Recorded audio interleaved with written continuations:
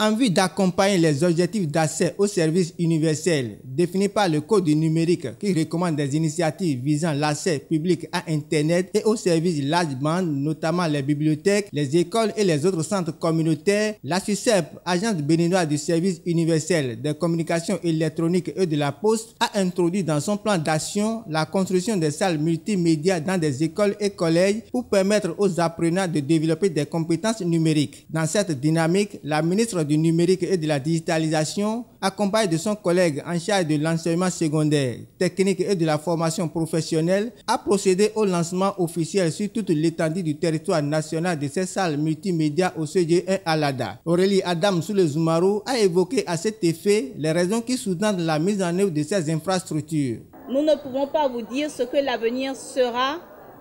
mais nous pouvons vous préparer à embrasser cet avenir-là avec confiance. Et l'une des façons de le faire, c'est en plus donc de tout ce qui se fait dans le secteur éducatif, eh bien d'intégrer le numérique dans l'enseignement, dans l'apprentissage et dans la façon dont eh bien, les cours vous sont offerts. Et c'est à juste titre que le gouvernement, dans son objectif de faire de notre pays une plateforme de services numériques, a jugé que la mise à disposition de ce type de salle était un aspect important parce qu'il fallait vous donner justement les outils et les moyens de pouvoir apprendre, de pouvoir être membre à part entière de cette révolution, cette quatrième révolution industrielle que nous vivons, qui est la révolution numérique. Cette salle permettra, grâce à la programmation que l'administration de l'établissement va établir, de permettre aux enseignants, de même qu'aux élèves, de commencer à étudier, d'être connectés à tout le monde entier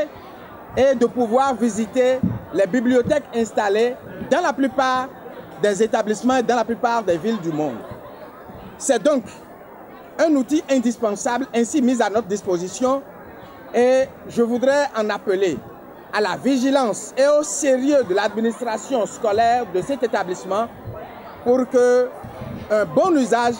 puisse être fait de ces installations. Le directeur du CG1 Alada, après avoir salué l'engagement du gouvernement à faire de l'enseignement la plateforme numérique, déclare: Nous vous disons d'ores et déjà, vous affirmez que nous avons une pleine conscience des objectifs pertinents d'amélioration des conditions d'apprentissage et d'enseignement pour le relèvement de la qualité des résultats scolaires, ce qui a prévalu à la mise en œuvre de ce projet. C'est d'ailleurs au vu de cela et pour d'autres raisons propres à notre collège que nous avons par anticipation pris des initiatives de sécurisation des splits, de la formation des enseignants pour l'utilisation et l'animation de la salle numérique. De même, le censorat s'est déjà mis à la tâche, en intimité dynamique avec les animateurs d'établissement, pour que toutes les semaines et de façon permanente, des cours s'y déroulent en vue de permettre à nos apprenants et apprenantes d'avoir droit à des enseignements illustrés, appliqués, bref, pour rompre avec le tunnel du